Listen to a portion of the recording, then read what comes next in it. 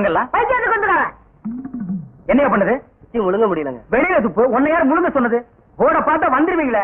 வாயத்தர இன்னும் இன்னும் இன்னும் இன்னும் நல்லா நீ உள்ள இறங்கிட்டா வைத்தியம் பண்ணணும்னா அந்த வைத்தியம் எனக்கு தேவையில்லை. போயா போயா.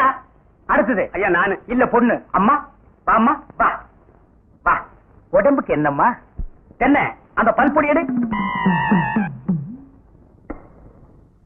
இது பல்பொடி. மாசம் ஒரு தரம் விளக்கு. ₹1 கொடு. அப்படி அங்க வச்சிரு. அடுத்து ஆணு. உனக்கு என்ன பண்ணுது? குனிஞ்சா நிமிர முடியலீங்க. நிமிர்ந்தா குனிய முடியலையா? ஆமாங்க. உச்சந்தலையில உளி வச்சு அடிச்ச மாதிரி இருக்கா? ஆமாங்க. ஒத்த கண்ணு மட்டும் டப்பு டப்புன்னு அடிக்குதா? ஆமாங்க. ஒத்த மூக்கல மட்டும் காத்து வரலையா? ஆமாங்க. இவ்வளவும் எனக்கு இருக்கு.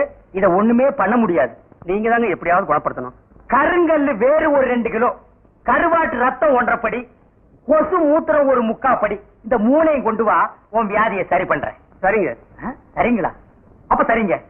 தென்ன இவங்க 2 ரூபா வாங்கிக்க.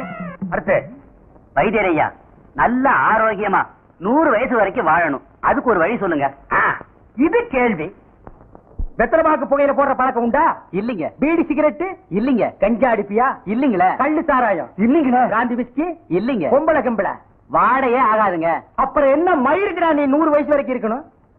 நம்ம நாட்டை பொறுத்த வரைக்கும் அவ 35 வயசுலயே ஆண்டு அனுபவிச்சு போயிட்டு இருக்கா.